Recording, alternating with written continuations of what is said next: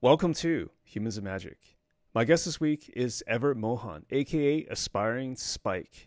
This is actually the second time that I had Spike on the show, and we just had a wonderful conversation about his 2023 year in review, which included not only streaming Magic, but also his deck building process and getting into other very difficult games, plus his preparation at the Pro Tours, where he got to work with very high level players like Reid and Budde. All in all, I think it was a great journey into the creative process of Spike's mind, what really makes him the Magic player that he is, and I'm so delighted to present this conversation to you. So without further ado, here's my talk with Aspiring Spike. Last year was a really interesting year where I started off and I was wanting to branch into like variety streaming a little bit, where I would do my normal Magic stream, and for like 3 or 4 months I was trying to beat. Are you familiar with the game Dark Souls? Yes, extremely excruciatingly hard and skill based, right? Yeah, I was trying to beat the game without taking a hit. Was my goal on stream. There's some other streamers that I'm a big fans of, Dino Sagile and the Happy Hob. This is like what they do full time, is they play the Dark Souls games and they beat them without taking a hit. They've actually done. And you're really good at the game, right? Like, don't get. That's actually kind of the thing, is I think I'm not really that good at video games naturally, but I've spent a lot of time on them and like working on them, but my reflexes aren't that good, and I don't think I'm naturally that good. But that was kind of also, I think, the appeal was to like watch me go from really bad and like the first few. So I spent like a full month, probably 2 hours a day off stream, practicing the route to beat Dark Souls no hit. And at the point I had done each individual section off stream no hit, and that took me like 2 months to get to. That's when I started streaming it. And even at that point, the attempts were like excruciatingly bad. It took a long time before I would like consistently get deep runs. And I managed to beat the game one hit, and I managed to get like 80% through the game as my my personal bests. And I was getting really close, but I was also starting to get kind of burned out.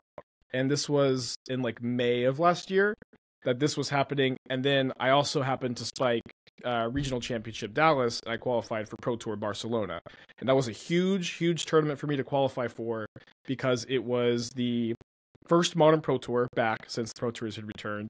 It was Pro Tour Lord of the Rings, which was a set that I consulted on, and it was also, it being modern. I've been primarily a modern streamer for a really long time. It was a tournament I really wanted to play at. So at that point, I kind of like dropped the Dark Souls stuff to completely focus on that Pro Tour testing, and the trip to Europe and the trip to Barcelona was by far the highlight of my year. It was just so many special memories from that trip. I got engaged on that trip in Italy, and it was awesome. And like since then, things have kind of like been returning to normal, settling down a little bit, playing some tournaments here and there, just focusing on like on Magic. And I've been kind of thinking about what it is like, what this year is going to be like, since that was like really the defining moment for me last year. Can I go back and ask you about the Dark Souls? What was the main motivation to get into that? Was it some sort of malaise with Magic, or was it something else? It was something that I had always wanted to do. So when I first started playing that game, like 8 or 9 years ago, it was so like difficultly frustrating to me that I gave up. Like I couldn't get through the game, and I maybe returned to it like 9 months later, and it took me so long to just, because it's so punishing, right? I didn't play it, but from watching people play, it just looks absolutely punishing. Yeah, and you just get a little bit better at it each time you play it. And there's something about playing the game that's so like almost mesmerizing, immersive. I just really love it in a way that I haven't been as attached to other games. And like years ago, towards the beginning of my stream, when I was like not doing it as a full-time job, it was more of a hobby, I would also stream Dark Souls like just at night, and I would stream it like when there was Magic Online maintenance. And I had been like just casually attempting to beat the game without dying off stream, and I attempted it on stream, and I just got it on my second try. And doing that on stream was really fun. And like I just jokingly said, yeah, one day we'll do it no hit. And then I was watching other streamers who play these games professionally, and they do all of the games at once, no hit.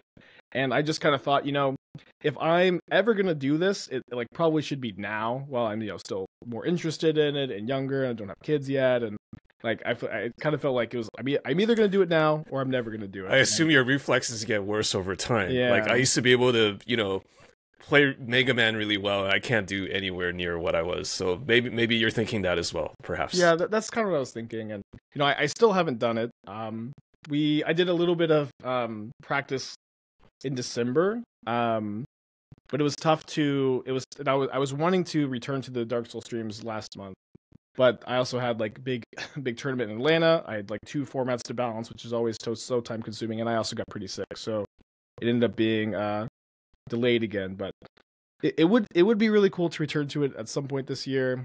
I'm hoping to find the time, but I'm definitely someone that likes to jump into a lot of personal projects off stream, and it's for me it's really hard to complete any of them because I also do so much off stream prep for my work, where like right now I'm working on like getting my aquarium decor set up really well. I'm working on a tabletop TRPG with one of my friends. We're designing the system and working on the mechanics. My friends we just actually finished a nice D&D table for our group where we've been sanding it, and it's got like LEDs on the side and like laptop mats. I've been like trying to write a novel, and so like oh my goodness. Yeah, so I just have a lot of like projects, and usually my like structure is I wake up, I have my stream prepped, I do that, I take like a 2-hour break, and then I do prep the next day's stream, and then I'll jump into like one of my various projects. And for a long time that was like the Dark Souls no-hit stuff, and lately it's just been these other things. That's a lot of dedication. And I also want to ask you about okay, I'm coming from a complete place of kind of ignorance here, but I'm trying to figure out, like, it's so fascinating to me how you're like practicing 2 hours a day, as you said, and you're really like working on the no-hit thing for Dark Souls, and then it sounds like there's some sort of systematic training that you're applying, right? Like how did you know what to do when you're practicing off stream? Is there like some sort of systematic approach, or is there like a best practice, or you just basically just like I'm just gonna grind this section to have no hit and just do it like day after day after day? Yeah, so it just kind of depends on I guess what you're struggling with day after day. I'm someone who very, very much believes in effective practice and effective work too, where there's like a long time, especially like in my early 20s when I was like working on projects or working on work or working on school, I felt like my studying or my work was just ineffective. Like I was putting in hours and I wasn't feeling like I was getting like the results of those hours, if that makes sense. And so like with so it was more mindless, it was less intentional, sort of. Yeah. So I don't know when exactly, but my practice started to become very intentional, where like for example in the Dark Souls stuff, there's like tutorials online where I would like very like focus, like I would study each section individually, and I would go through that section over and over and over until it was just memorized, until I could visualize it in my head, do the next section, do it all at once. And then there's a software that lets you save specific spots, and you can go back and practice them over and over and over again. And I have detailed notes on each section and what needs improvement and like in different stuff. And just it's kind of hard to articulate because but when you play video games or you play Magic, this stuff is supposed to be fun and it's supposed to be relaxing. And no, this sounds like work. This sounds like you're actually like, Mm-hmm. Yeah, that's kind of what I'm getting at, is that if you don't treat it like that and you treat it like a project and you treat it like work, for me it's way more fulfilling. It's like being able to like have like this end goal. Like in Magic it's the same goal every time.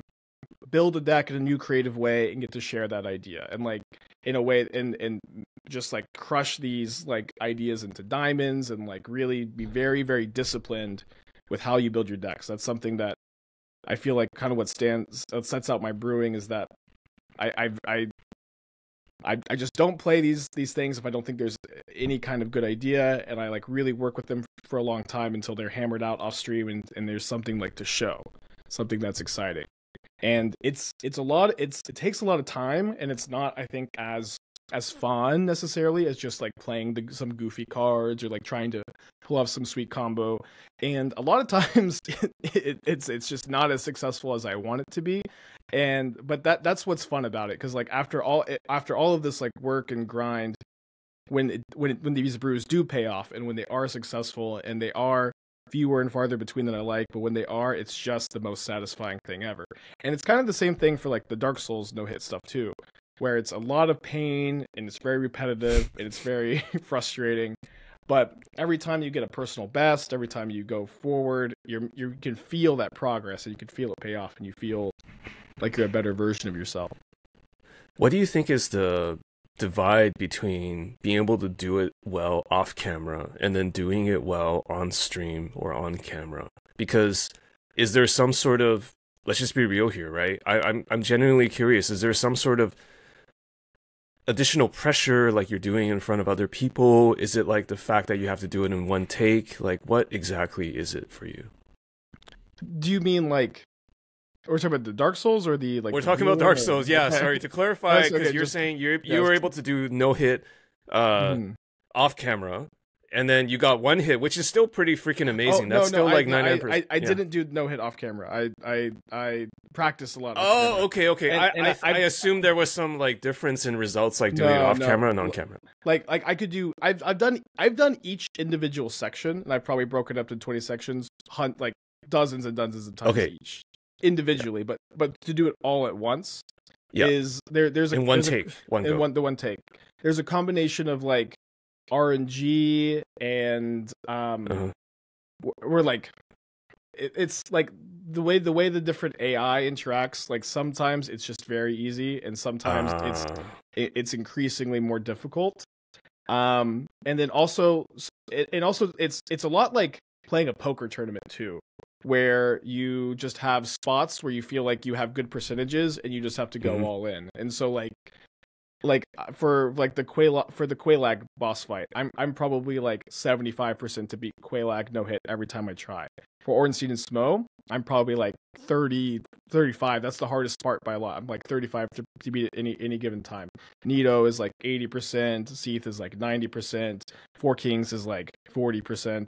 And so it's like you just have to win all those coin flips, right, or like multiply the EV together. Yeah, the odds are like pretty low, and this is this is also how like the professional no hit runners are too. They get better and better, and their percentage to like beat any section at any given time goes up. Oh, so now 75 becomes 80 or something like that. Yeah, 75 becomes 80 for them, and they get better, but they still have to like win that 80%, and then they have to win a 90% after that, and then the 70, and they have to do that all in a row. Oh, so it might actually be like, I don't want to say like a dozen tries or something to actually get a no hit. Like 1 in 12 tries, you might actually get that.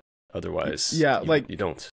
Like the people who do it professionally, it can take them like 8 months, 9 months, a year to get like some of these really, really difficult ones, like doing them full time every day, 10 hours a day. Yeah. Yeah. Was it also hard for you in terms of stream? Because I understand that people come to a stream expecting something, so your viewership numbers might have taken a hit during that time. Yeah, they did. I would probably be at like, my normal like 1,1400 for Magic, and then when I would switch to Dark Souls, it would be like 400-500-ish after that. But and this is also like going from Magic to Souls, where if I would just start Dark Souls, I'd be like 300-400 total. But one thing that's like really important, I think, to understand as a Twitch streamer is like, if you switch to something else that's not getting as many views, it doesn't like negatively impact your main thing, as long as like you're still also doing that content. Like people will come back and people will watch like the stuff that they want to watch. And the people who do watch like your more specialized niche content, there may not be as many people watching, but you kind of, I think, form like a more special connection with them, where the audience gets smaller and it's like a little bit more intimate. And it's also like the Dark Souls stuff especially was like sweaty and grindy and difficult. And it's like, it's an experience to like go through together with your audience. And like, I still have a lot of people today asking to like return Like to that runs. is Yeah. really real, right? I don't Yeah. even know like a better adjective. Like that is real. That's some real shit. Yeah, I agree. I think it's real, and I think it's fun to like go through that with the people who have like the time and energy and interest to go through that with you. And I don't feel like I just really sweat numbers very much, because something I've really learned is like at this point, if I'm engaged and having fun and I'm interested, then there are some people who will be there, and I think that's always for me, especially in the Magic category, especially. It's just my numbers are always the highest when I'm doing the thing I'm the most interested in. And Okay, there's a correlation. Yeah, there's a very big correlation, and so that's also like, and I'm also very interested in finding new ideas and sharing them all the time, and so it ends up being a really good system to have. What is your deck building process now? How has it evolved? I feel like the last year was in a lot of ways a lot better than any year previously. I feel like I am getting a lot better at. It's kind of hard to articulate without like boasting too much, but I think I could probably like inverse boast and talk about how, like, in my first 2-3 years of streaming, a lot of my decks were like very similar. I played a lot of fair decks. What I would do is I would take like existing like mid-range control tempo style archetypes and like have very like small updates to them, and this was like what I wanted to share. And there's nothing wrong with that. I still do that occasionally, but this last year, I think I had a lot of like very unconventional deck building and like really challenging existing formulas for how decks are built, and really like pushing the boundaries and finding like very, very interesting shells and formula and success with that. And I was very proud of doing that. But my process in general has always been, I have an idea, and then I try to maximize the idea to the fullest extent. I'll take an idea for either building around a card, building a deck in this unique formula, innovating an archetype, and I try to find every iteration that looks reasonable around the idea, every different version of it, find the very best one, and then at that point, either I think the idea is not good enough, which probably happens 50% of the time at this point, it just gets scrapped after spending time on it. Then the 50% that don't, they get tested off stream, and then I'd say probably usually if I think the idea is good enough, it like probably makes it to the stream 60 to 70% of the time from that point of like the 50 that made it here.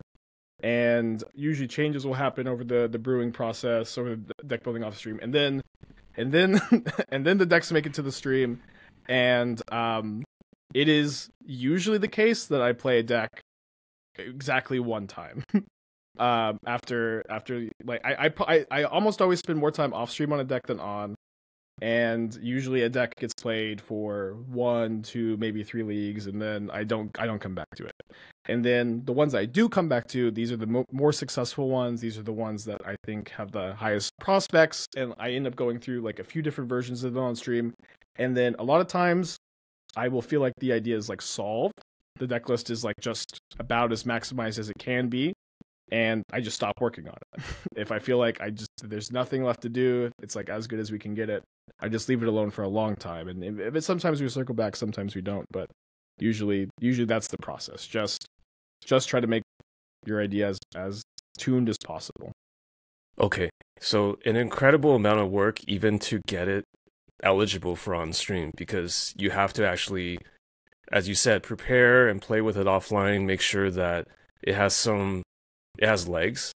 And then once you play it on stream, how do you know whether to continue playing that deck or working on that deck? Is it based on the results of that stream, or is it just some sort of feeling or a combination? It's a combination. Like this is a question I get asked a lot, but there's a few different like I mostly like evaluate the games themselves, where I've had brews that like my first like 10 matches with them have gone really poorly, but I still think the deck is good, and I continue working on it. And I feel that potential, yeah. And maybe inversely, there's brews that like you're doing well on stream, but they're not actually that good. 5-0'd with decks that I feel like are awful. I've like done really well with stuff that I think is awful, and I usually try to be very honest with that.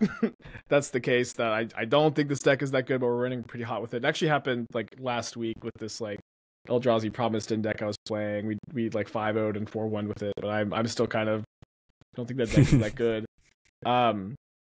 But It's like in Modern, like there's a very interesting dynamic where most of the decks are synergy based, or they have these super duper powerful draws, and it kind of doesn't matter what you're playing. Like if your opponent is just like if your Amulet Titan opponent is killing you on turn 3 on the play, if your Tron opponent has natural Tron, this kind of stuff, like you don't need to sweat these games so much. Like it just kind of depends on like what archetype you're playing. Like do you have game against these? Obviously these factors all matter. But like if your opponents are drawing super well against you, they're doing their thing, they're doing their top 10%, they do it twice over a game. You don't need to sweat it so much. You can keep evaluating the deck. Conversely, like if you're like you can experience like negative variance and just like push through it. Like if I have like no lander 7 lander mull to 5, and I do that twice over the course of a match. Sure, there's some non-games you can just kind of take out of your sample, right? Yeah, but for the most part, I think like most games aren't like this, and you can and like the biggest thing also to evaluate too is like most of the time your brews involve like a unique idea, a unique formula, a new card, and then a bunch of good cards too. Like this is when you're building a good brew, you're going to have a pile of modern staples and like powerful effects around your new idea.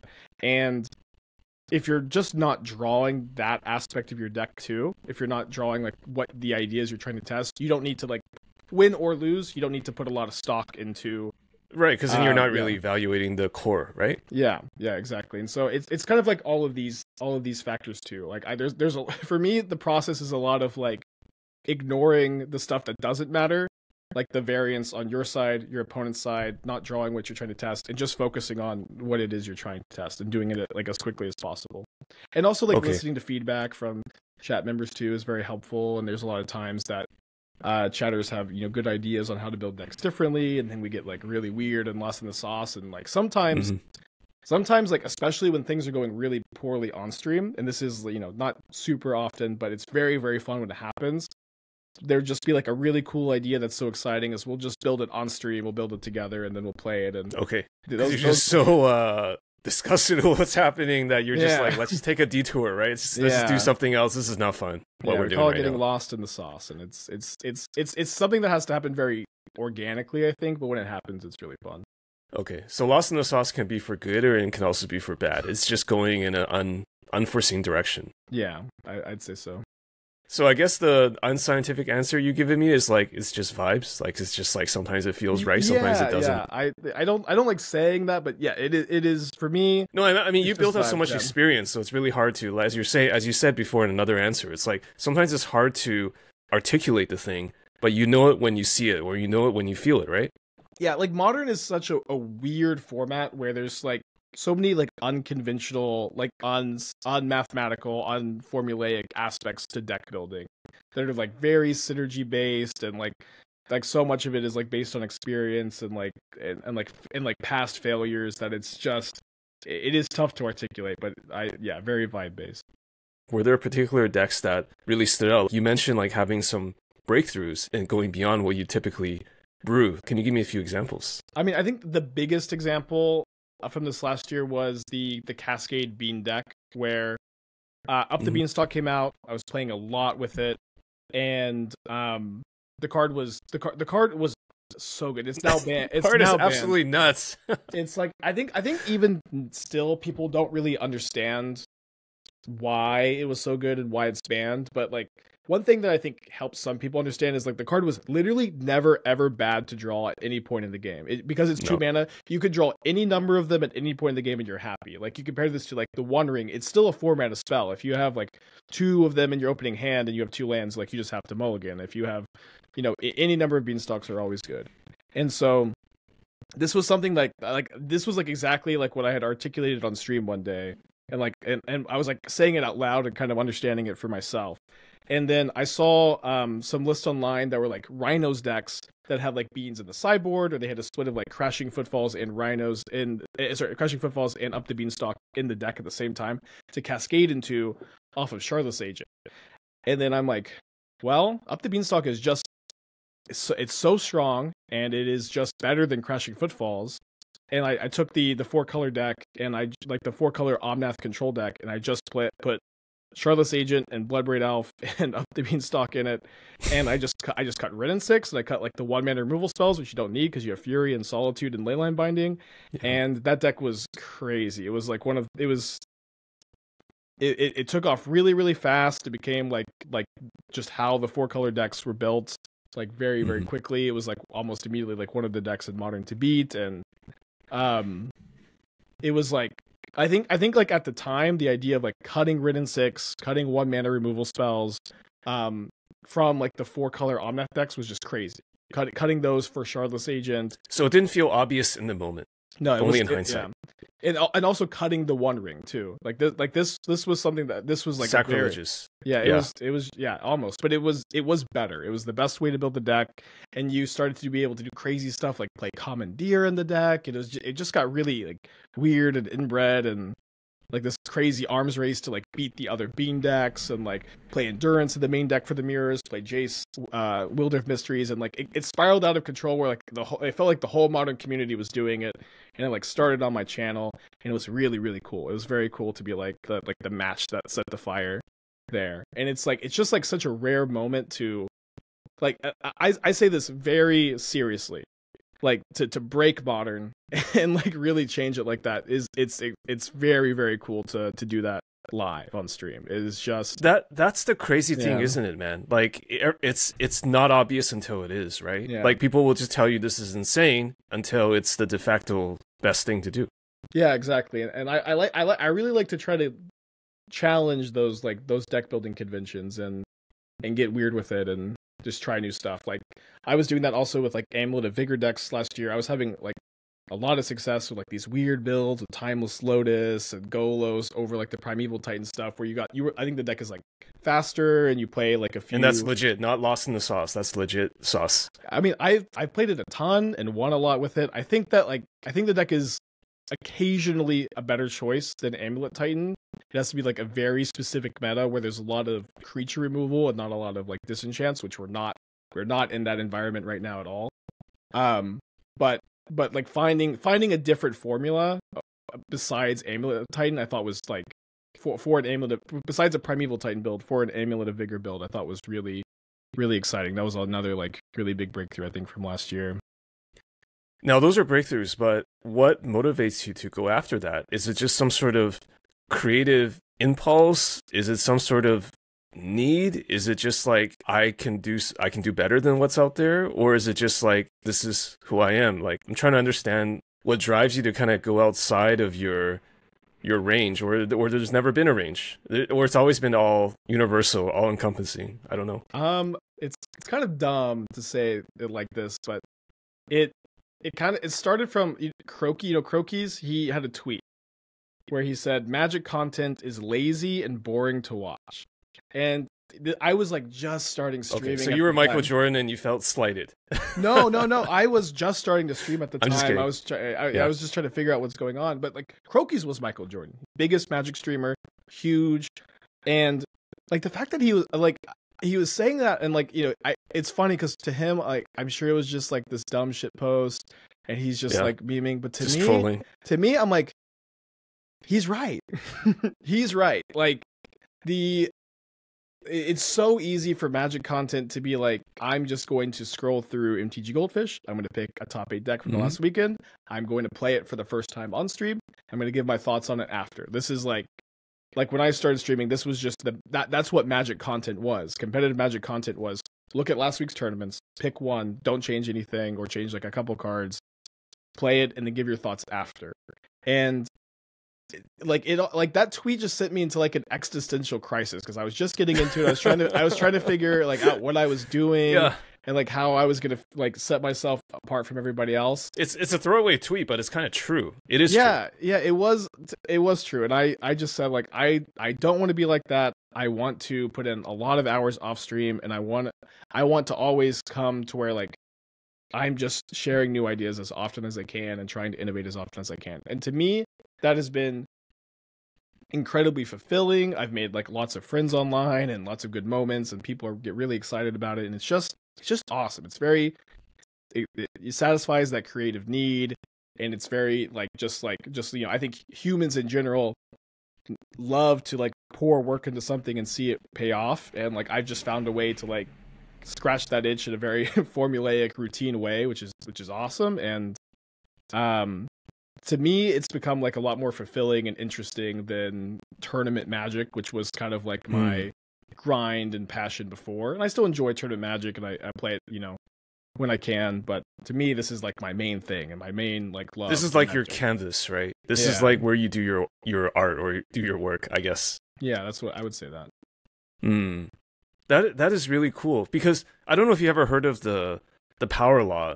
I don't know if you've heard it described this way, but like essentially it's the idea that outsized rewards go to the top 1% of that profession, right? Like for example, if you're Michael Jordan, you know, maybe there's like 5,000 Magic basketball players that are close to you, but if you're the best, then you get all the rewards, all the spoils. I feel like for Magic, you are kind of that for creative deck building, where one of the reasons that you took off was because you were zigging when others were zagging, or is it or others are zigging, you're zagging, but you're doing something that is almost, I don't want to say contrarian, but you're doing something that not a lot of people do, or I think even today, not people don't do what you're doing. Maybe there's imitators that are trying, but like you're doing something that where you found a way to be like the 1% of your niche, so that you're taking all of it. You know what I mean? Like, because there isn't like a second Aspiringspike, or if there is, like that person is second to you. You know? Well, I do know what you mean, but I also like in a big way, like the reason that is kind of the case why I was doing things so differently before. One reason why it happened this way too was, I'm trying to say I was very much in the right place at the right time, where Magic organized play in general was in a horrible position. Like I personally was in a spot where I just had I played like my first pro tour of the season, and I got one outed to not it was the team Nashville Pro Tour. I got one outed to where I didn't top 8 the event. Top 4 progressed the next day. It's not like I could have won, but that top 8 would have put me like immediately requalified for the Pro Tour, immediately silver, very high chance to make gold. But still my finish where I was like 3 points away from silver, that would have given me another Pro Tour invite with 9 months left to make a gold run and like maybe make like a real chance for myself, a career for like actual pro play. And then like right when I'm in that position, they announced that they are doing away with Pro Tours, they're doing away with the Pro Point system, and they're introducing the MPL. And I had like this moment where I was like, I am just not interested in engaging with the game in the way anymore. Now the Pro Tours are leaving, organized play is changing. I'm going to start streaming. And I started streaming right when Modern Horizons 1 came out. And so this was a time where there was a lot of room to like try new things and brew and do all this stuff. And also like morale from streamers was like an all-time low. Morale for people playing Magic, playing Modern, right, at an all-time low. And not only felt like we got punched in the gut, right? Yeah. And also like Wizards at that time, and they've been like a little less so now, only interested in promoting arena streamers, only interested in like very interested in making arena like the place to be if you're going to be a Magic. It was a dark time, and it wasn't your plan A. That's what you're saying. Your plan A was to like keep grinding that Pro Tour, get silver, get gold, and this was like a plan B that turned out to I guess through timing to become something, right? Yeah, and it was just a very lucky time where people like when you say I was doing something that no one else was doing. That's in retrospect or in hindsight, right? Yeah, but I really feel like it's because like morale was very low. Like the best players, the MPL players, they have arena contracts, so they had to stream arena back then. They have to do all this. Other grinders like me are just quitting Magic. I was in a group of friends who would go to every tournament together, every RCQ, every PPTQ. I'm the only one of them that still plays Magic, and like it felt very right place, right time because morale was like at such a low point, and people didn't think you could do like a full-time Magic online stream, and it was a long grind. Yeah, but it was also like right place because like Modern Horizons was like such a crazy revamp, and it was just really weird. And I really feel like things have opened up a lot over the last few years, and there are tons of great Magic streamers who are great, who are better than me, as good as me. And I think it's a really exciting time to be in the space. It's been healing a lot, I think is the right word. I think it's been getting better. Magic is healing. Yeah. Yeah. Well, then I'll use another cliche based on what you said, which is like, it's all about that intersection of luck and opportunity, right? Because and also hard work. It's like you have to work at it, but also you're not denying the fact that there were certain timing factors in the Modern Horizons release, and Modern was reinvigorated, and you're at the front of that reinvigoration, right? Yeah, I think that is true. Like to some extent, like this has happened a couple times where there just like isn't a lot going on, or I can't find a lot going on. Like specifically, Crimson Vow was like just like it was the only set I've been streaming where there just was nothing to do. There was like things were stagnant. There were just not new cards to work on. And I like to say this a lot too. I don't make decks good. I don't build new good decks. I find them. They exist out there. Them. And it's just kind of like the same thing in life. Like you have to like be looking, and you have to be like hopeful, but that you just have to be in the right place at the right time at some point. And right. And like you just have to have like a degree of patience, I guess. Maybe I'm reading too much into it, but do you have, and this is like ultra leading question time, but do you have issues talking about your success? I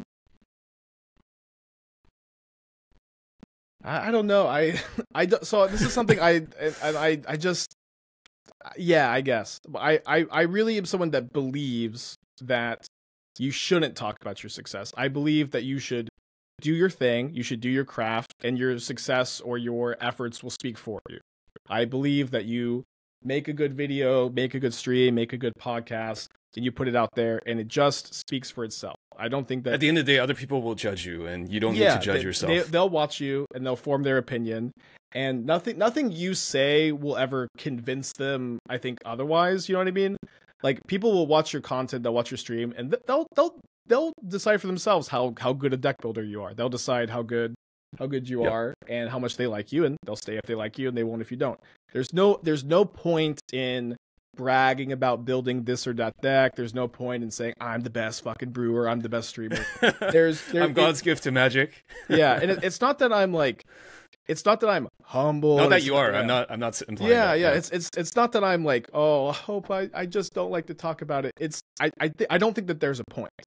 I don't think it's like an effective. It's actual counterproductive, right? Yeah, I think it's counterproductive to talk about your success. I think there's no point, and I think it ends up just being a lot of like wasted air. I don't know. Okay. Yeah. I want to go back to something else, which is your brewing process for Magic for Modern, and then sort of intersected what you told me at the beginning, which is kind of like now you're playing these like Modern Pro Tours, and I interviewed Kai Budde recently, and he talked about working with you. So were there like certain I don't even want to call them levels, but just like, have you thought about deck building and Magic a little bit differently now that you've had a chance to work with these world-class players? They're probably coming from an entirely different angle, right? So it's almost like two worlds colliding in a way, even though it's Magic the Gathering. Yeah, like yes, I feel like testing at the Barcelona house this year was so productive for me, and I think it's also like a big part of the reason why I feel like my deck building was so good last year. Meeting Kai, talking with Kai was incredible. It's just like I don't know. I just feel like I was meeting. I mean, that is Michael Jordan, right? Yeah, or exactly. the German Michael Jordan. He's so cool. Dirk Nowitzki. I don't know. Yeah, I also want to say, just like as a person, like I feel like I got along with Kai really well. Like I just feel like we ended up becoming like real friends after that. He was just so good to hang out with. But him and Reid and Luis and the Seif and all the members of the team. Edgar was so good too. Like I just playing against him a couple times. Like I feel like everyone had like their own individual talents and skills, and I just felt so spongy. And yeah, sorry, which Edgar was this? I don't know Edgar's last name. I don't know. Like I met him at the Edgar house. From Canada, or is from it Canada? Yeah, Edgar from Canada. I love him. Okay, I met him Edgar at the house. M. I can't pronounce his last name. I don't know. Sorry, I met him at the house. I feel like we became friends, and I don't know. His Twitter handle is Edgar MTG. I'm pretty sure, and I don't know his last name. It's just Edgar MTG. Okay, but you learned a ton from all these folks, right? Yeah, okay. I did. It was just. just awesome. Like I would wake up at 8 a.m. I would play Magic until like midnight, and that was like every day for a week. And it was with like just the best players in the world too. It was really, really cool experience. Was it something that you directly learned from the players, or is it just kind of like osmosis? You're just absorbing things, like just in it? I would say that like the majority of it was osmosis, because it's like, I mean, you're kind of like at a certain level. Everybody like understands things similarly. It's not like I'm like this inexperienced player who like he's learning all these things, but a lot of it was like play patterns and play styles that were like a little bit unique to the individual players that I feel like I was able to absorb. Like a lot of them were playing things in ways that like most proficient, most expert level, most master level players wouldn't necessarily even consider. And it wasn't always right, but they would consider lines and take them occasionally that were correct, even though I think if you're like expert level, you just dismiss those lines immediately, if that makes sense. And like one big weakness I've always had as a Magic player is I play very intuitively. I think there are two types of players: intuitive players, calculating players. And I think I'm a very good intuitive player, but I'm not perfect. And I can get overwhelmed in those moments where I don't know what to do. Like I've played, thousands and thousands of matches. I know what to do. I know what the best lines are. But in these unique moments, I can get flustered and I can be unfocused. And it's just like something small Reid Duke said to me during the testing, and I was kind of in one of these moments after like in the middle of like a 12-hour day, and it's hot and I'm sweaty. There's no AC in Spain. I couldn't figure out the line. He just he talked out loud about how each individual line would do. He just like spoke out loud. Wait, let's take our time. Let's figure it out. What happens if this happens? What happens if that happens? And it's maybe this is just simple, but I've started to do that. Every single time I'm in a bad moment, I just literally think like word for word, what happens if this happens? I just take as much time as I need, and it's been phenomenal. And then also like I don't know, like all these players are great. I really do feel like Reid Duke is like just at like the pinnacle of like mindset when it comes to Magic. And he said something when we were like working on our sideboard plans for the Yawgmoth deck. He talked about how he's going to visualize the sideboard games going. Like I want this because of the way I'm visualizing the sideboard games going. And that's not something I'd ever heard described before. The idea, like, we're just sitting and just thinking what the game is going to look like trying to like see the future. It's at least that's what. Ever since he said that too, that's what I've been trying to do when sideboarding. I just try like, especially when I'm not streaming, when I'm playing RCQs, I just kind of like close my eyes. I try to see the future. Try to imagine my like first 5 plays, their first 5 plays, and like what I don't want to happen to my hand and what I do want to happen to my hand when I'm sideboarding. And that's become that was like probably my biggest level up moment of the year, was like Reid saying that.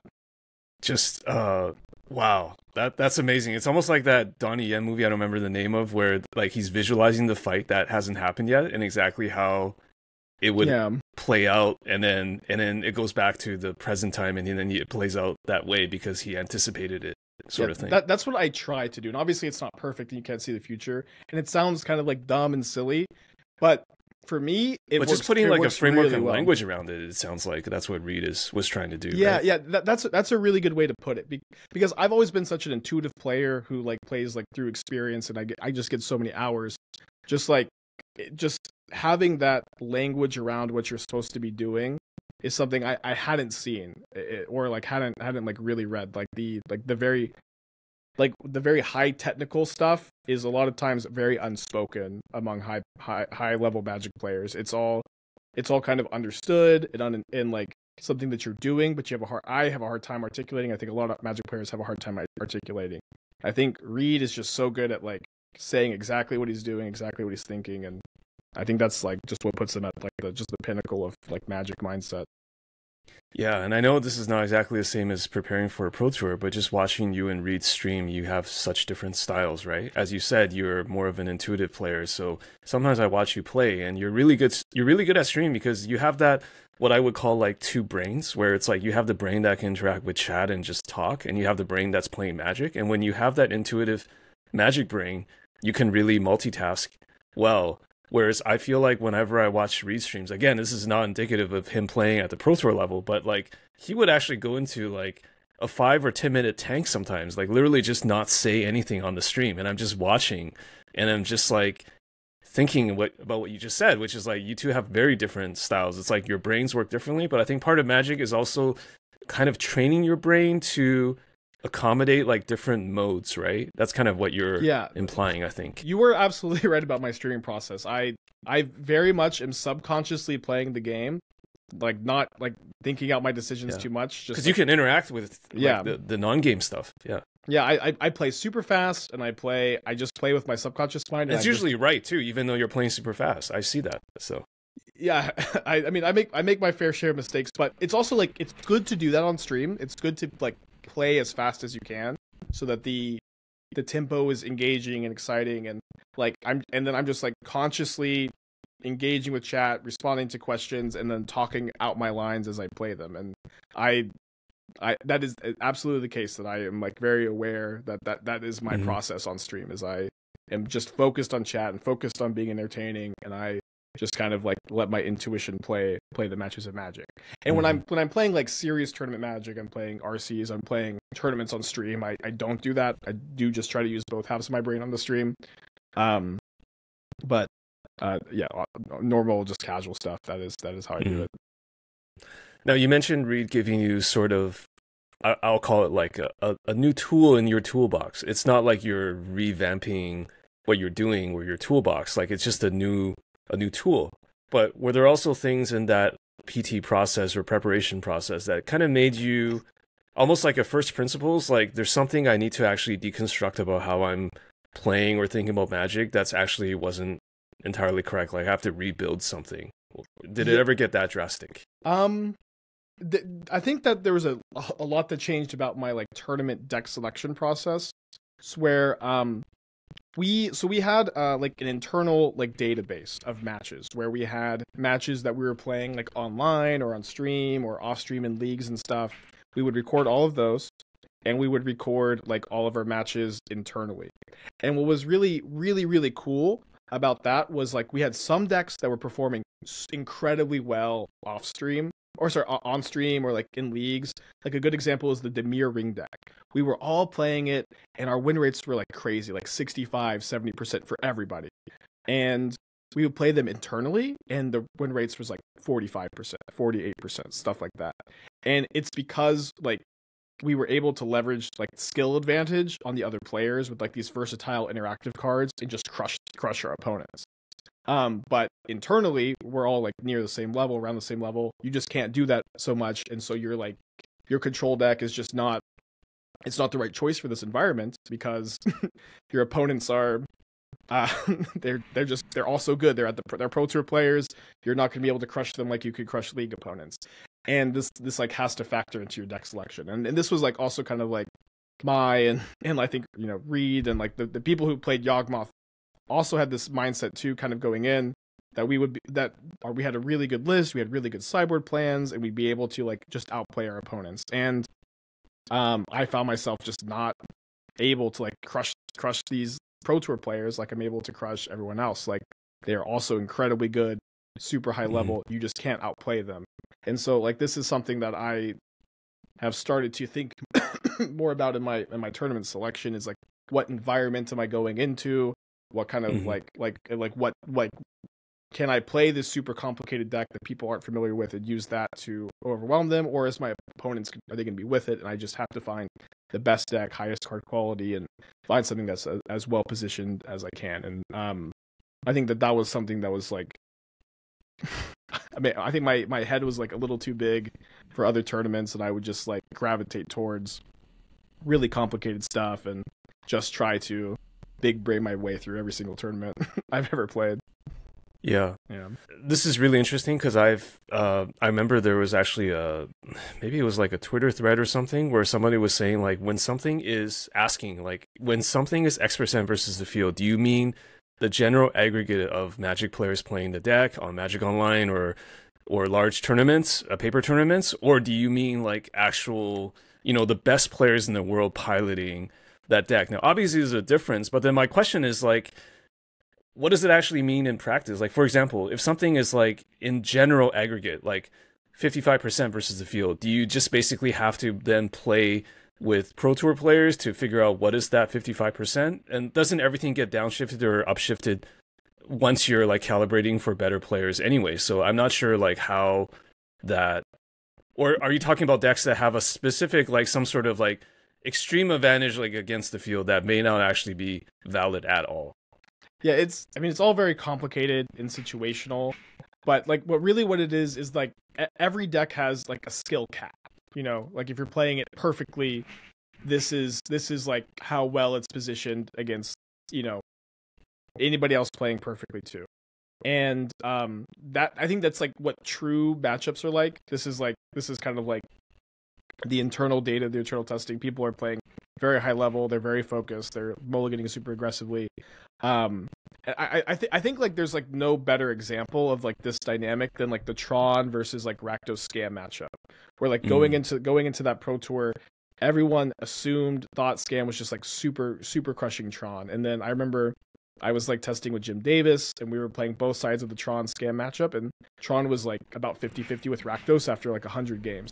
And we would play it was cool too, is we could play the game super fast. We could get a game done in like 3 minutes after mulligans, 2 minutes after mulligans, where it's just all over in the first 3 turns. You can concede super fast once like it's super deterministic.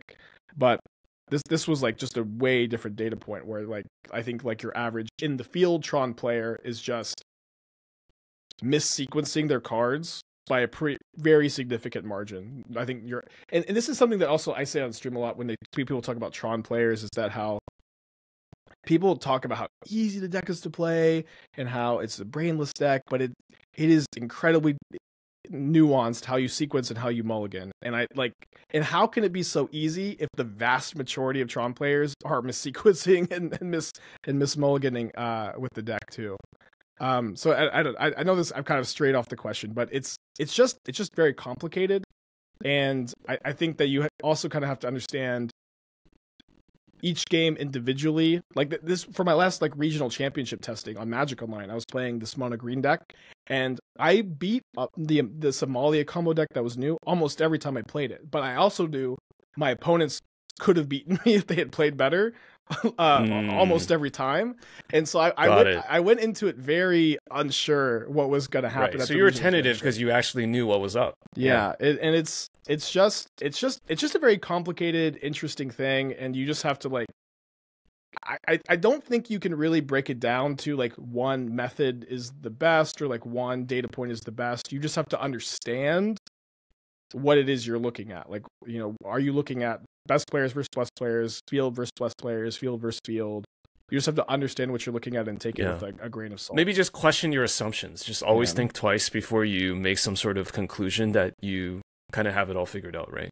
Yeah, I think that is something I always try to do. I always try to like understand what it is I'm looking at. Actually, I was talking with my fiance, I asked her about this yesterday, how when I was in school, I was always very good at math, where algebra, geometry, physics, the formulas, I understood why the formulas worked. I understood why the math worked the way it did. And I loved it. And I was really into it. I was very good.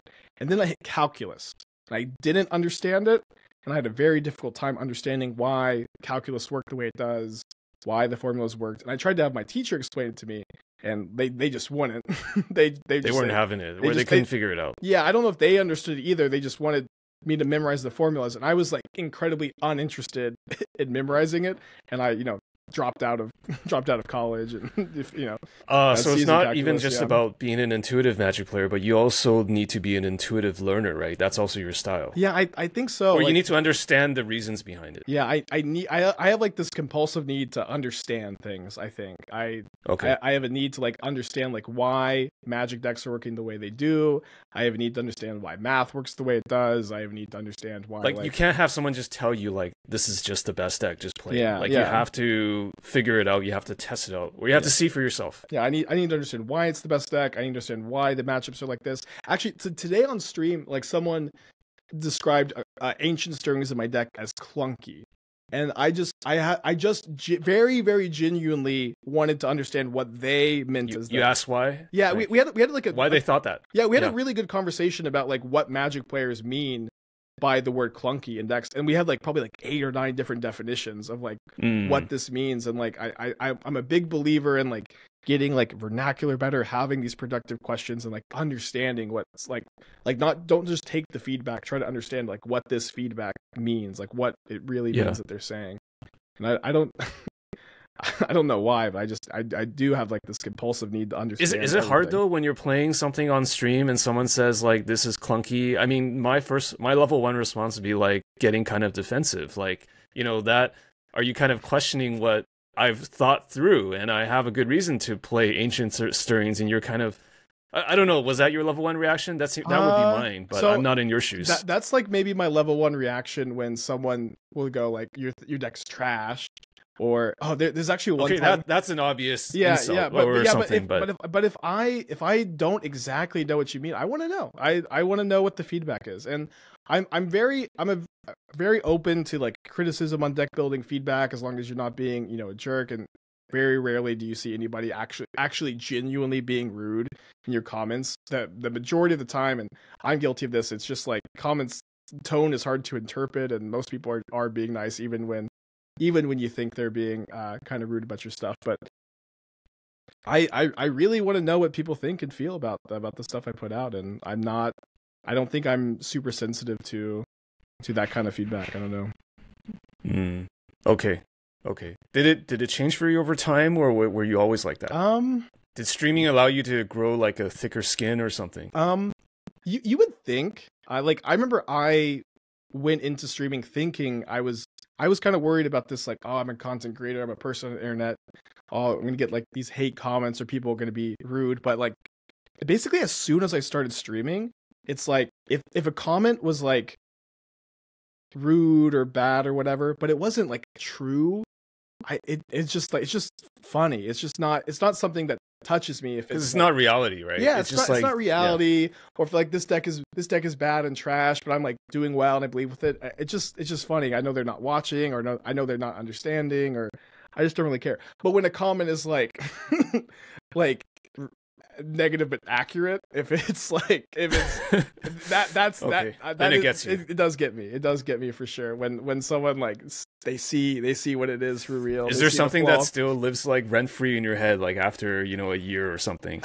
I don't know, not really. There's this one time, and it's become like a meme on the channel. There's a chatter who went !deck, and that's the command to pull the deck list up in the chat. And then just type the word bad and then type the word buy. and it's just that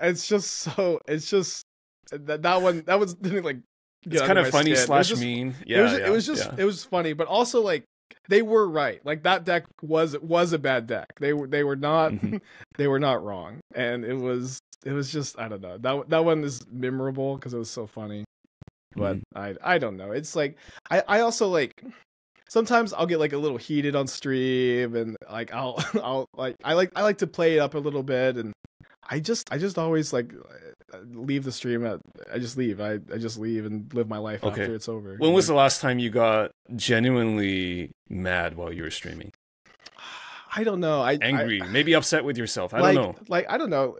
Last week, this week, pretty frequently. Today, maybe. I know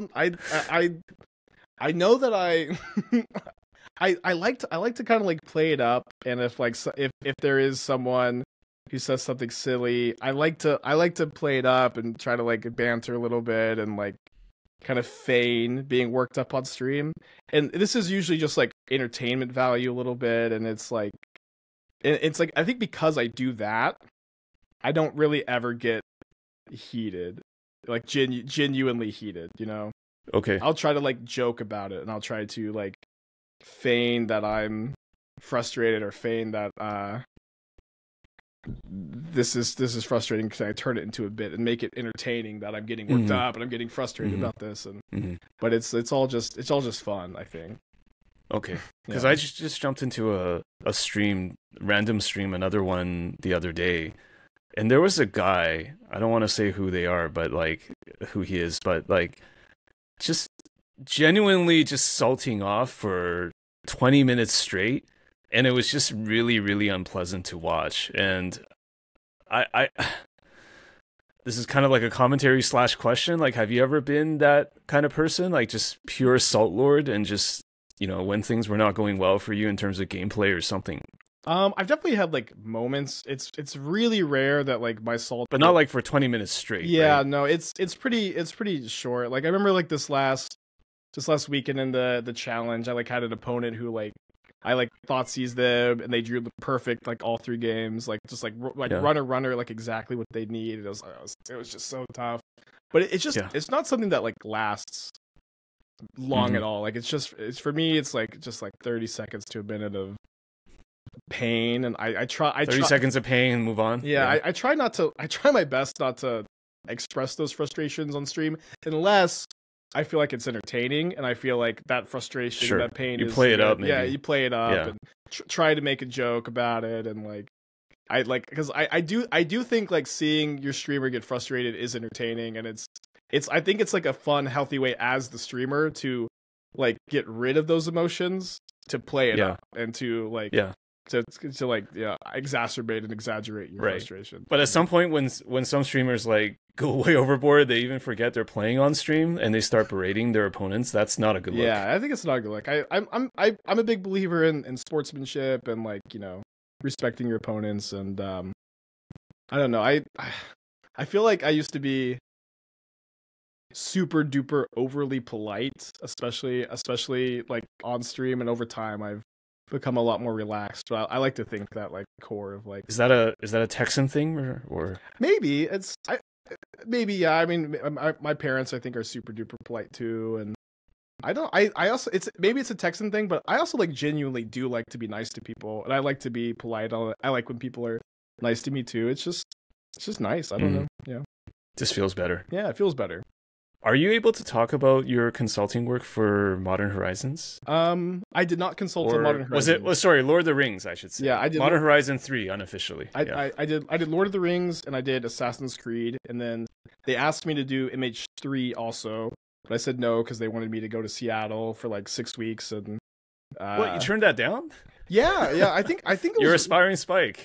Well, I'm just making a joke at your ego. Yeah. I don't know. I mean, I think it was right to turn it down because it's like 6 weeks of not streaming is like very scary. And I don't know. I also have 2 dogs that, you know, I don't want to be away from for 6 weeks, and like and my fiance for 6 weeks, and I think it was like it would have been the wrong career move to do, and it would have been the wrong like personal life thing to do as well. It would have been very fun. It would have been a really fun, very cool experience, but I don't regret turning it down.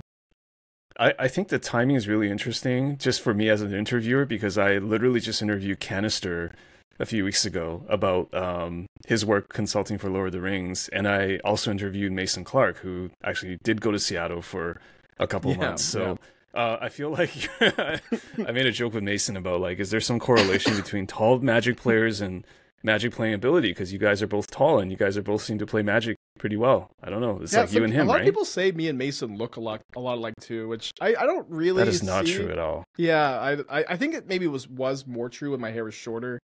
But it's something that people every time weird Spider-Man meme where you guys are like indistinguishable. Every time I see Mason, he does do that. He goes, it's like I'm looking at a mirror here. He's like he likes to really play it up. But you're not seeing it, right? I don't know. Mason's very handsome. I'll take the compliment. Okay. Yeah, I mean, I can answer.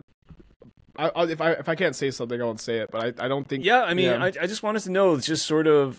I watched Canister's video where he talked about Lord of the Rings. I mean, just from your perspective, what was the experience like from start to finish? So it was, for me, it was a very stressful time in general, where I was in the middle of I maybe talked about this the last Humans of Magic episode, but I was in the middle of a trophy race. I don't know if you're familiar with that, but this was like back before the Pro Tour came out, and I was doing like for the entire like 90-day season, I was trying to get as many 5-0s in the Modern League and be at the top of the leaderboard. And I put like I bought these like real expensive trophies, and I like put like real prizes up. Right, to give to the winner. Yeah, I remember that. And there was like there was like four people like very seriously competing, and it was a very dead heat. Misplaced Ginger, Menino, and Demonic Tutors. We were all grinding like all day, and like at the very beginning of this starting, I got reached out to do consulting for the Lord of the Rings stuff, and it was like super exciting, very cool opportunity. I was just so excited to do it, and it was like just kind of like dream come true to be able to consult on something like this.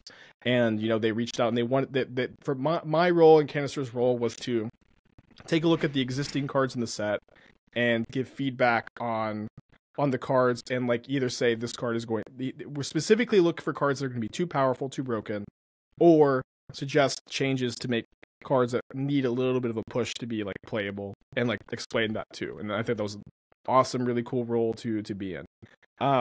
It's very stressful for me at the time because I'm like I wake up, grind on stream for like I was doing very long streams, like 8, 9, sometimes 10 hours a day, every day.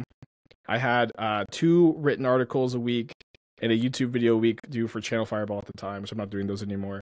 And then I would have the consulting work to do after that, and so my days were the whole day was magic. Yeah, for those like the consulting process I think was a month, and it was like really wake up magic until I'm asleep every day for a month. It was very tough, but it was very cool too. And you know, so like the way it worked was we'd go through the set, give our first impressions feedback.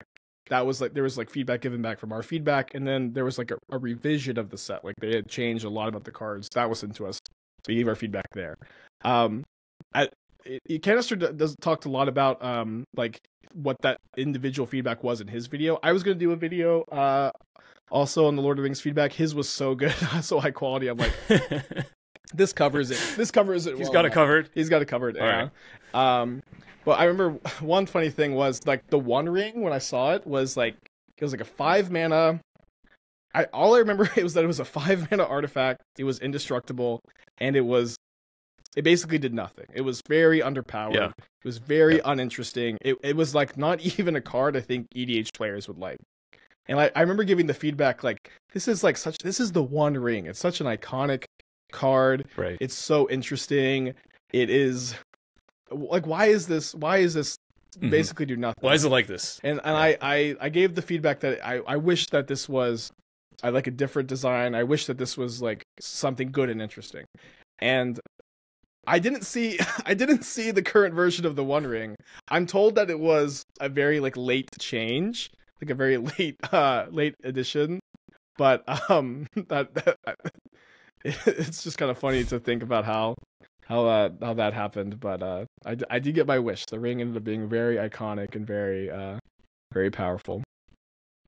That's I mean, obviously this is a sample size of 1 because it's 1 set.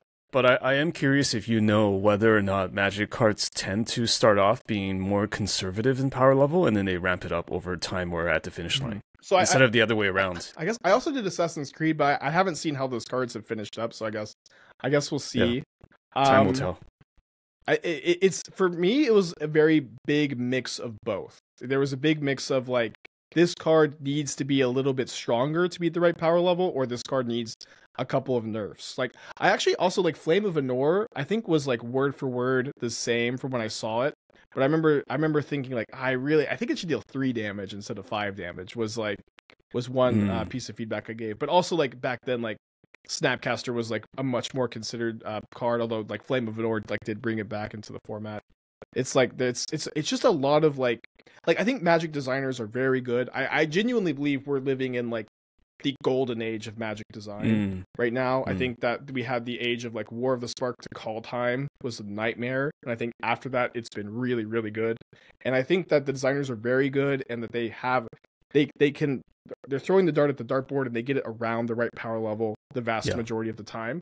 And it's just a lot of like small tweaks there to not only like get the power level appropriate, but also to make the card interesting and like exciting too. Right. It's like it is such a difficult job to make the cards fun and to make the cards interesting and also not destroy the game and make it Yeah. I even like hesitate to use the word balance, even though like that is something you should strive for in a big way as a designer.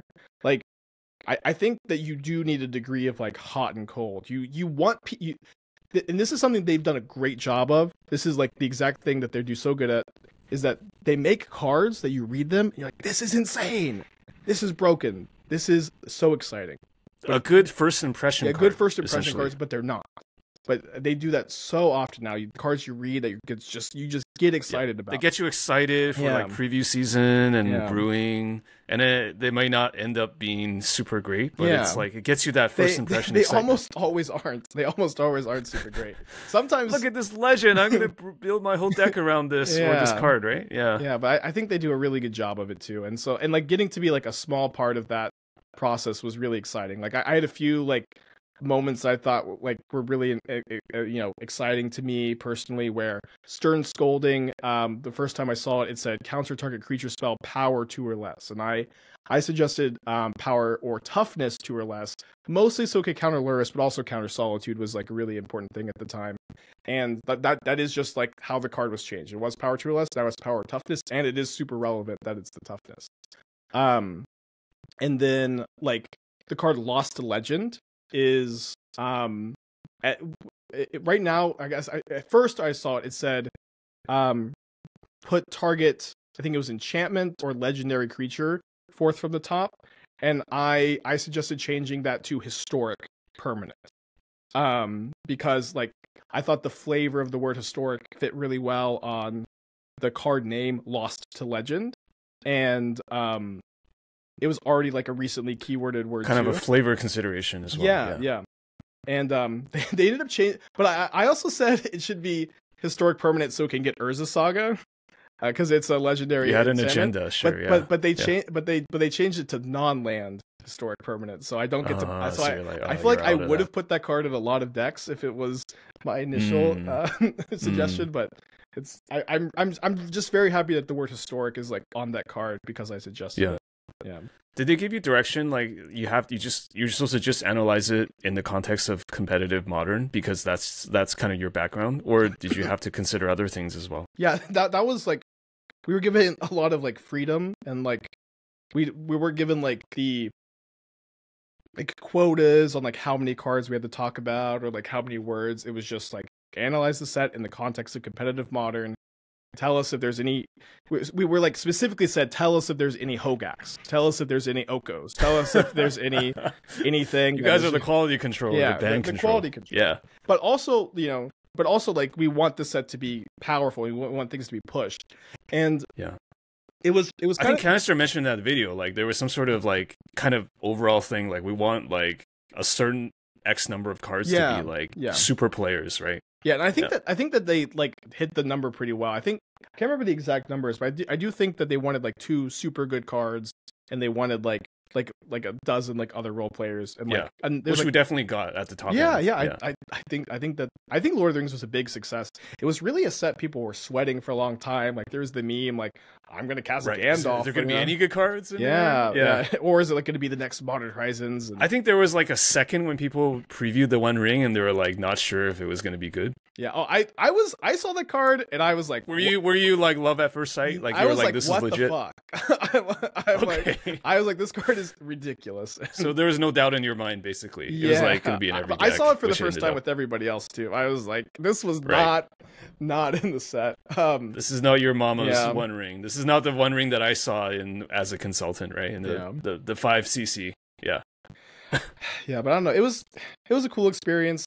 I'll say that like also like the team members were like very good at communicating, and I think very good at like it's so cool when you like meet a very enfranchised Magic player, someone who's like very good at what you do, because you just speak like this hidden language. You very much understand these things, and like finding like what you connect on them with, like what you like about the game, what like game philosophies you have that you share are really, really cool. And like I remember I had a conversation with one of the Wizards employees about how like I feel like it's very good. It's better for Magic players to be hot and cold on a format or hot and cold on Magic than to be lukewarm. Like I think that like this is kind of the difference between modern and pioneer, is modern players are very hot and cold. They love things about the format, and they hate things about the format, and they're very passionate about it. And pioneer players, I think, are like very largely, lukewarm. They just different group. They're just not that passionate about it, or they don't have as many things they love, and they don't have as many things they hate. And obviously, maybe also because modern's been through a lot more. Yeah, modern has been through a lot more, and then you kind of have that history and that passion. But like obviously, ideally, you would love. It goes without saying, everybody loving it is what you want to shoot for. But sure, love and hate is not that bad of a place to be. It is. I think, a pretty good and fun environment, to be honest. It's almost like what they say about content. It's like you can't be lukewarm and just be down the middle on everything. You kind of have to be, for lack of a better term, like divisive sometimes. Like either people love what you are doing or hate what you're doing. Because if you have everyone that just thinks like, Aspiringspike is average, then it's not really going to get you anywhere, right? Yeah. It'd be in the middle. I think so. Yeah, and I think it's a good way to live your life too. You want to. I always just stand for something, right? Yeah, be very. Yeah, you might miss very some polarized. shots, but yeah. Yeah, I mean, you didn't go to Seattle, but do you think there could be some sort of long-term future for you as a designer of some game, not even just Magic? Maybe. It's like, to be honest, like with the recent Wizards layoffs, like I'd always kind of talked about like, oh, maybe I'll go work for Wizards one day. That idea has become a lot less. Hey man, cycles. You never know in the future. We'll see. Yeah. Maybe, but that's become a lot less appealing. I have been like as like a personal project working on a TTRPG with a friend.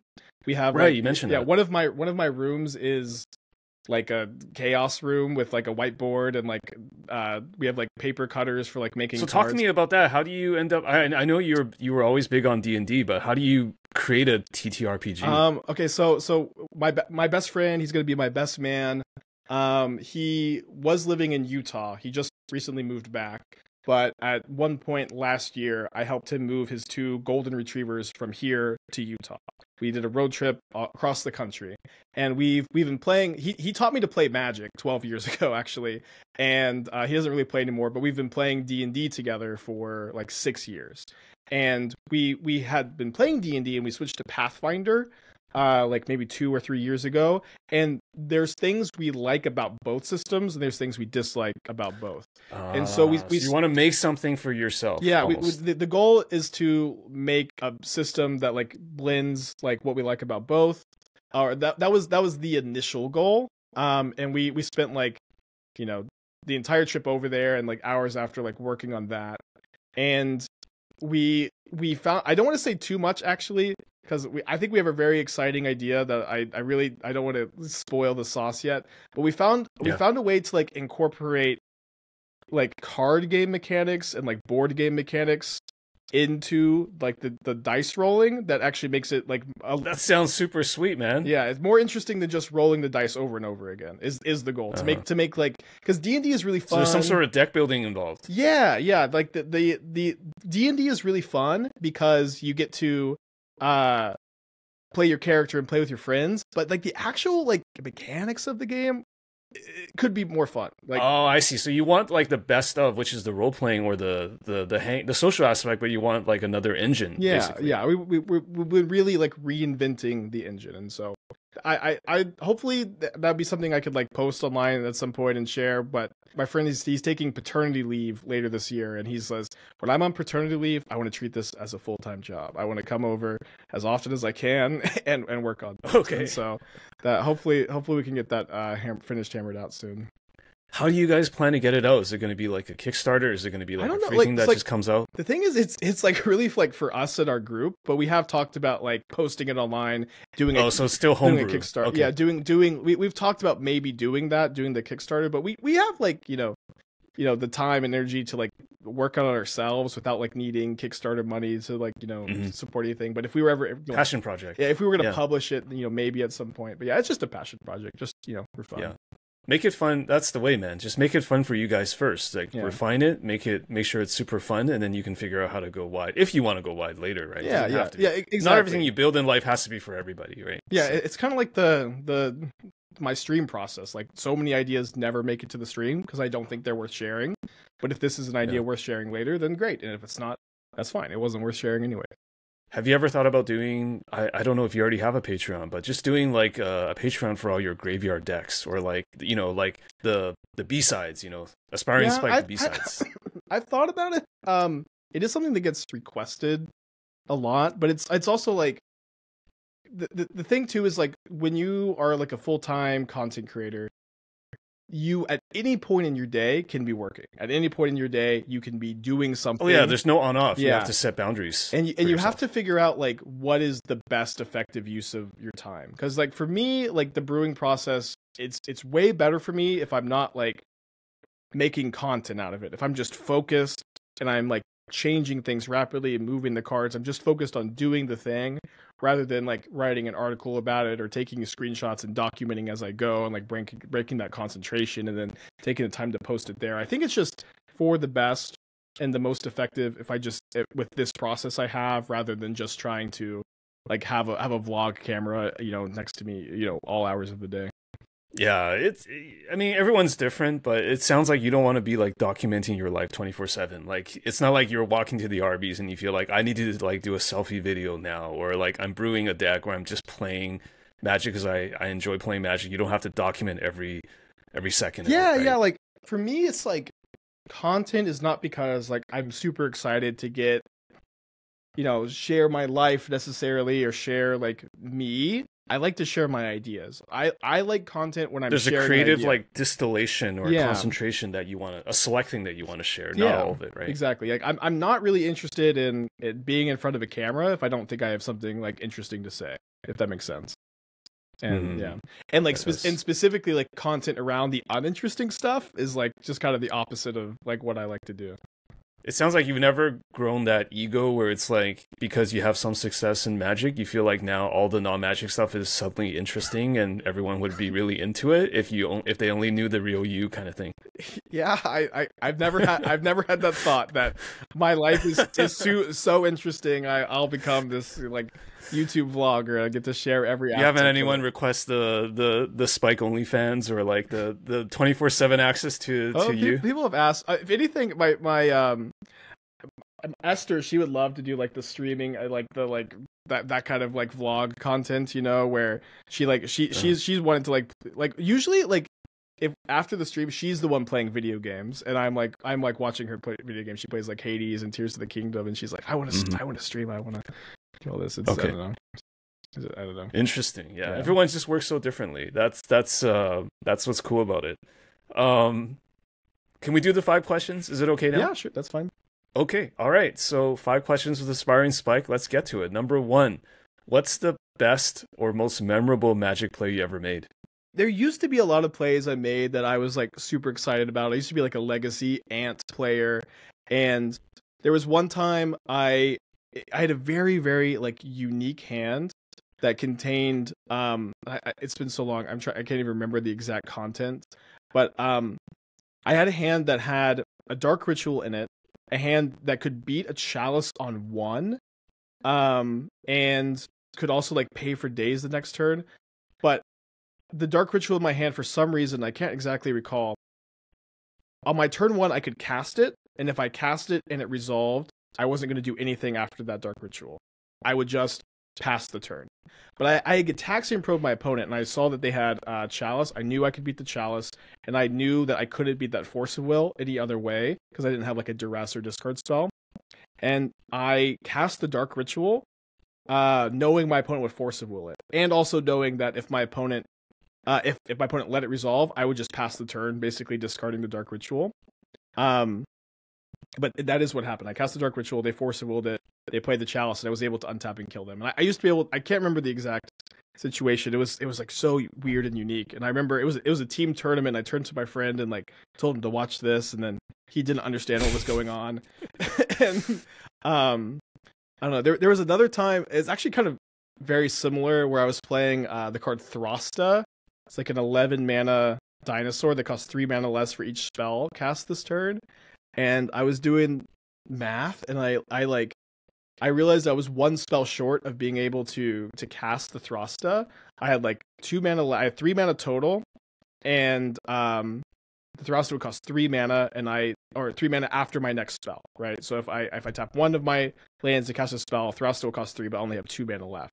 And so I had the option to like Abundant Harvest to try to find a 0 mana spell. But what I decided to do was Lightning Bolt my opponent's Dragavan to get them to counter the Lightning Bolt, which would get the spell count high enough to cast the Thruster. And I don't know. That's an amazing feeling. Is like in both of those situations where you needed your, not just you do the right thing, but your opponent to do exactly what you needed them to do in order to make that line work. Yeah, exactly. That to me, those lines are like very special because they're so hard to see. These like moments where like you trick your opponent into doing something optional, but it is the right play for them to make, and like it lets you go off. It's just so exciting to me that those kind of plays. To me, those are the kind of things where it's like if there was a perfect AI that could play Magic, like the AI wouldn't be able to figure that stuff out. Because like that's still, to me, it feels like that's still kind of like a human element to the game, where or the psychology element of the game that is often underrated in Magic, but it's so beautiful when it works out, you know? Yeah, I agree.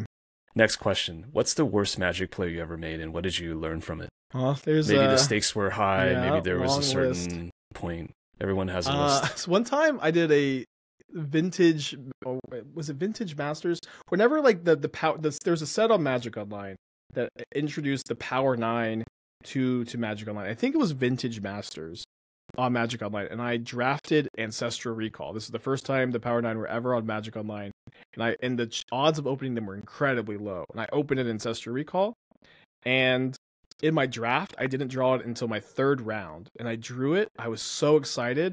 I targeted my opponent with the Ancestral Recall just as a complete like airhead accident, and it felt so. I like, to me, the idea of casting Recall and like draft was so exciting, and that was the only time I cast it in that whole draft. Hey, it was exciting for the opponent. Yeah, it was. My opponent like typed like question mark in the chat. I don't know. One like non-gameplay mistake I made was I was like 3-1 in a Magic Online PTQ, and I was doing like a draft, and I accidentally dropped from the PTQ instead of the draft that I meant to do. Oh man! And it was there's actually an emote on my channel of my face after I realized that I had dropped from the PTQ instead of the draft, because it was just automatic. Even when you type drop, like you were just sure you were dropping from the draft. It was weird because I had the right box, right? I had the right box. I typed it, and I wasn't sure, so I exited it, and then I clicked on one window, and it was the draft window, and then I can't. There's a clip of it that you can see, but it switched to the other window, and I dropped from the main one. It was brutal. Okay, it wasn't entirely your fault. It was like some weird stuff happening with the client. It was entirely my fault, but it was like kind of. You could see why I was thinking what I was thinking at the moment. Okay, so maybe the learning is just be careful not to misclick in Magic. Yeah, Online.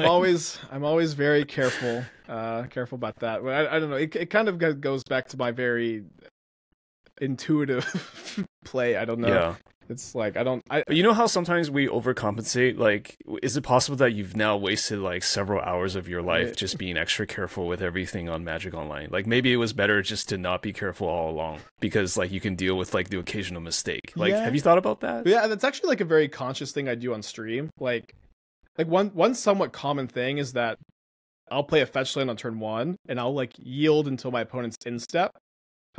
This way the game can go as quickly as possible. Like, I'm streaming, I want the game to be fast and engaging, and my opponents will just go land Pithing Needle, and they'll be able to name the fetch land that's in play. And like I'm just like kind of okay when that happens, to be honest. Oh, I see. Because like the rare time that they do get you, it's not worth like all the times you have to be so careful. Yeah, exactly. And I just know, like, as like a streamer, it's just very important to like play quickly and keep the game as engaging as possible. Because Magic, keep it moving. Because Magic is slow. You know, it's like it can be tough to watch with that if the person you're watching is playing, you know, slowly. What's the biggest Magic level up moment that you can recall? When I was very, very first learning the game from my friend who I'm now designing the TTRPG system with, I was playing like green-white, like cards that I own, and I remember being so frustrated that all of my cards were being countered, and this is so funny. Like, now 12 years later, but I remember he like tapped out for a Jace Memory Adept, and I had like my Garrick Primal Hunter in my hand. I remember thinking, I'm just gonna play this, and he's just gonna counter it like he always does. I would always play counter. And I realized, wait, he has no mana available. Like there were tapped out. There were definitely like plenty of times that like he was tapped out. I was just like learning the game for the first time, but like I remember that I was like, wow, he's tapped out. Like this is going to resolve. Like. To me, like that was maybe not my biggest level up moment, but it was my first level up moment. Yeah, that was like a shift. That was like when you saw the Matrix or something. Yeah, I don't know. My biggest one lately was definitely that Reid Duke story, where like I just like visualizing post sideboard games, like looking at the sideboarding, thinking about like what the first 5 turns are going to look like for both players. That like to me, I felt like I hadn't had like a super big level up moment until like that point, and that was like definitely my biggest one last year, was like, and him having the language or being able to express it, and now you having that language too. Yeah, and I think it comes back to like my like desire to like understand like how other people think and other people think about the game. The way he was able to just like so easily articulate it was just like a click in my head. Who's the biggest Magic player influence on you, and why? I mean, there's definitely a lot. This last year it was like definitely Reid, because of like all those stories I've told before. Like as a streamer on Twitch, it's definitely Gabriel Nassif, and like his like presence on Twitch and his friendliness and like how good he is with the community and how like good he is with the chat, and like he would never say this about himself, but like Nassif is like one of like the nicest, best community members, and I've always like wanted to be like more like him in that regard, and I always look way up to him because of that. Like Luis Scott Vargas and his play style, like very early on, like super influenced me. Caleb D got me into Modern when I was like watching his content back in the day, and the Grixis Delver decks, like I always thought that was so inspiring. Brian Kibler, like he got me into competitive Magic when I was watching his like Pro Tour Dark Ascension run. That was like so exciting to me. It's just so hard to like pick like a single influence. I feel like there's just so many like great people to look. They're all influences on your progression. Yeah, right on. Question number 5, the last one. What's your favorite Magic related travel story? My favorite thing to do when I go to a city for a Magic tournament is like go to the aquarium in the city afterwards. I did it in Atlanta recently. I've done it in Minneapolis. I've done it in Denver. I've done it in Barcelona. I really like to go to the aquarium after. I don't know if that's my favorite memory from Magic travel. Why do you like going to the aquarium? You just like the aquatic life, or yeah, it's like twofold. I do really like fish. I really like aquariums in general. I think sea life is really cool and just fun to look at. But it's also like a really good way to decompress from like a long weekend. Like Magic tournaments are not just the weekend. They're like weeks and months of preparation and talking and late nights and deck selection and like, you know, the pains of like flights and hotels, and it's just a good way to like decompress and just like relax and be in a different world for like a second and not like and get to enjoy like the city you're in and the travel you're in. Like to me, that's always like been like the best part of a weekend is the dinners and the aquariums and like the talking with friends. It's just so good to relax and not think about Magic for a second. Has there been an aquarium, I assume in the US, like has there been an aquarium that you're particularly impressed with? The Atlanta aquarium is like I think the best one pretty easily. It's like pretty world renowned. They have a whale shark in a tank. It's so big it like swims over you, and they have these seals that do like these crazy tricks. It's like very cool. If you could hang out with an aquatic, is it called mammal or animal? If you could hang out with like something in the water, like what would it be? I like squids a lot. I feel like hanging out with a giant squid would be probably the death of me. But if I could just be in a submarine, like around one, 10,000 feet under the sea, that would be amazing. For some reason, I'm suddenly thinking of The Boys and The Deep, the character in the show. But let's not go there. Let's not go there. I don't know if you've seen that. I've seen. He's a character that can communicate with aquatic life. Yeah, I would love that power, and I hope to not abuse it. The way he has. Yeah. Okay. Well, Spikes, thank you so much for taking the time today. It was great having a nice conversation with you. Yeah, it was a lot of fun. Glad to be on again. Thank you.